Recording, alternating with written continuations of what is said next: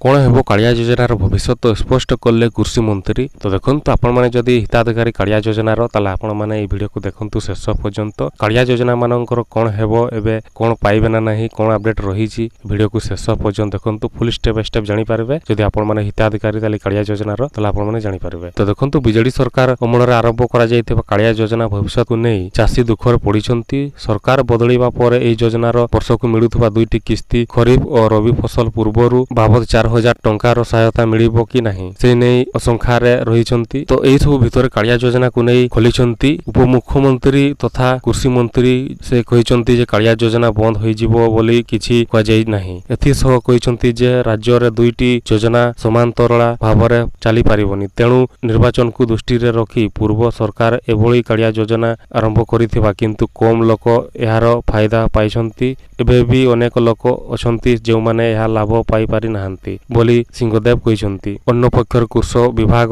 जणे वरिष्ठ अधिकारी कहिछंती जे कालिया योजना नै ए पर्यंत कोनोसी निष्पत्ति नै नाही। सरकार को निर्देश आसीबा पर जहा किछि हेबो सूचना जगु क्षुद्र एवं नाममात्र चाषी को आर्थिक सहायता जगाई देबाकू बीजेडी सरकार 2018-19 मसिया आर्थिक वर्ष रे कालिया योजना आरंभ होइथिला। एही योजना अधीन रे प्रत्येक हिताधिकारी परिवार को वर्ष को 4000 टंका दे जाउथिला। गत साधारण निर्वाचन पूर्वरु अर्थात 2024 मार्च 11 रे कालिया योजना 45.76 लाख चाषी को अकाउंट को 363 कोटी टंका हस्तांतरित करा जायछि। परवर्ती किस्ती जून प्रथम सप्ताह रे मात्र राज्य रे सरकार बदली जिबारु एही पर्यंत चाषी माने परवर्ती किस्ती सहायता पाई पारु नाहंती। एही बढ़िया आज अपडेट थला कालिया योजना रो। तो आशा करूछि वीडियो भल लागबो तले शेयर करंतु लाइक करंतु। ए बढ़िया प्रतिदिन नुवा नुवा वीडियो अपलोड ले आपण माने खूब शीघ्र पाई परबे।